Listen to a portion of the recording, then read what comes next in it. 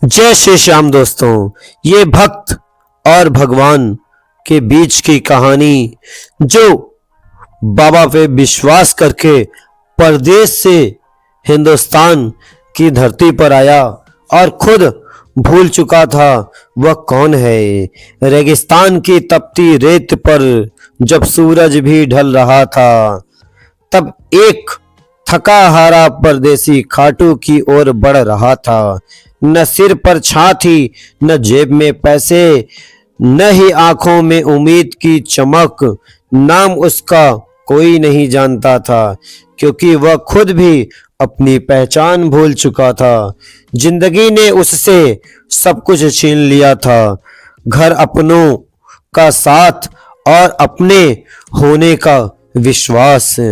कई दिन से भूखा प्यासा वह बस इतना जानता था कि खाटू में कोई है जो हारे हुए का सहारा है। लोगों से सुना था जो खाली हाथ बाबा के दर आता है वो खाली लौटता नहीं। परदेसी के कदम भारी थे, मन में सवालों का बोझ था।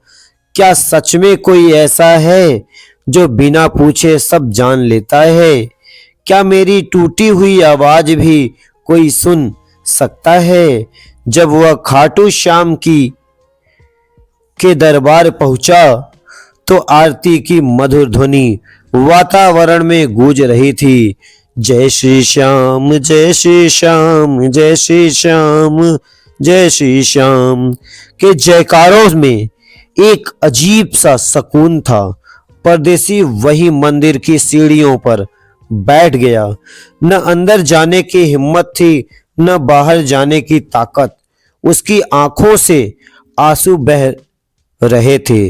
न कोई शब्द, न कोई मांग, बस एक टूटा हुआ दिल। उसी रात मंदिर के सेवक ने उसे देखा और कहा, बाबा के दर पर आए हो तो अंदर भी आ जाओ। परदेसी ने कांपती आवाज में कहा, मेरे पास चढ़ाने को कुछ नहीं है। सेवक मुस्कुराया, बाबा श्याम पैसे नहीं भाव देखते हैं।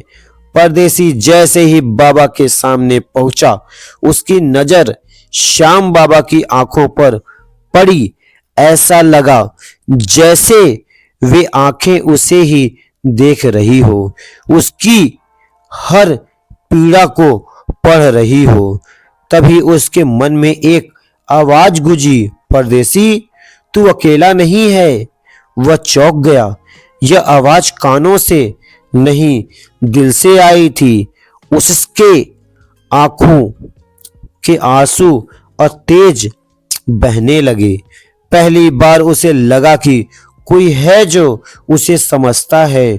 उस रात उसने मंदिर के बाहर ही विश्राम किया।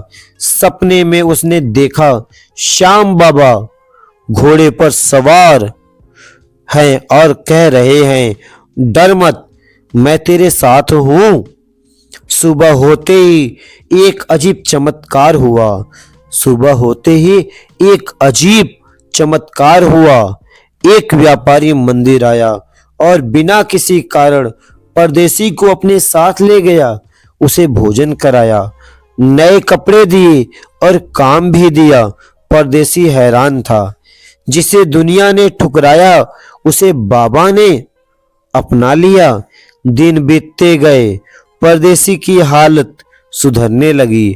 अब वह रोज बाबा के दर जाता, दीपक जलाता और बस इतना कहता, धन्यवाद बाबा। कुछ महीनों बाद वही परदेसी जो कभी खाली हाथ आया था अब दूसरों की मदद करने लगा। वह यात्रियों को पानी पिलाया, भोजन कराता, खिलाता और कहता, मैं भी कभी तुम्हारी तरह था। मेरा सहारा श्याम बाबा बने। एक दिन उसने बाबा से पूछा, बाबा आपने मुझे जैसे अनजान बाबा आपने मुझ जैसे अनजान परदेसी को कृपा क्यों की? अंदर से उत्तर आया, जो खुद को हारा मान ले वही मेरा अपना होता है। आज भी खाटू की सीढ़ियों में लोग उस पर परदेसी की कहानी सुनाते हैं। कहते हैं वह अब कहीं नहीं दिखता, लेकिन उसकी सेवा हर जगह दिखती है। शायद वह परदेसी अब परदेसी नहीं रहा, वह बाबा श्याम का सेवक बन चुका था, क्योंकि श्याम के दर पर कोई पराया नहीं होता, कोई अलग नहीं होता। जो भी होता है बाबा का सेवक होता है, क्योंकि खाली हाथ टूटे दिल से, मन से उम्मीदें टूटने के बाद बाबा हर किसी की सुनते हैं और सहारा बनते हैं। इसलिए कभी तुम अपने आप को अकेला मत समझना, बाबा पे विश्वास करना और सच्चे मन से जब भी हार जाना, टूट जाना, बाबा के नाम की जयकारा लगा के जय श्री श्याम कहना और सुबह शाम बाबा का नाम लेना। तेरे बिगड़े सभी काम बाबा सुलझा देंगे, तेरी राह में एक मददगार बन के आ जाएंगे। बाबा किसी न किसी रूप में तेरे साथ होते हैं। जय श्री श्याम।